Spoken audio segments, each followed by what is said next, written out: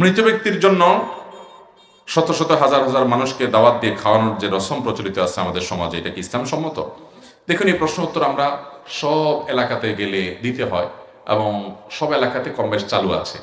আমাদের দেশের সবচেয়ে প্রতিষ্ঠিত বিদআত হলো এটি, ইসলামের নামে একটা ভুল প্রচলন হলো এটি যে কোনো মানুষ মারা গেলে যিনি মারা যান তার ওয়ারিসরা এলাকার সবাইকে দাওয়াত দিয়ে খাওয়ান লাগে। আপনি বিয়ে করছেন, নতুন বউ ঘরে আসছে, খুশির চোটে অলিমা খাওয়ান, তাহলে মানুষ খুশি হলে তখন খাওয়ায়। ছেলে পরীক্ষা পাশ করছে, মিষ্টি খাওয়ান, তাই না? আপনার বাবা, আপনার মা, আপনার দাদা দাদি, নানা নানি মারা গেছেন, আপনি কি অনেক খুশি? তাহলে আপনি কেন খাওয়াচ্ছেন পাবলিকে? খুশি হলে না মানুষ খাওয়ায়, গরু জবা করে আপনি জিয়াফত দিয়ে খাওয়াচ্ছেন, মানেটা কি?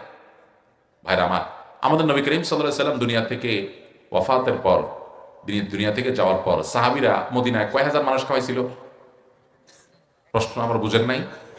আমার নবী করিম সাল্লাল্লাহু আলাইহি সাল্লামের ওয়াফাতের পর আবু বকর, ওমর, ওসমান, আলী সহ অন্যান্য যে সাহাবা একরাম ছিলেন রিদওয়ানুল্লাহি আজমাইন, ওনারা কয় হাজার মানুষ খাওয়াইছে?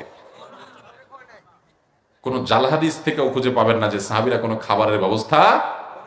আমরা কোত্থেকে পাইলাম এটা? নবীজির ওয়াফাতে যদি সাহাবীরা না করেন, তো আমাদের আত্মীয় স্বজনের ওয়াফাতে আমরা করার এই শিক্ষা আমাদেরকে কে দিল?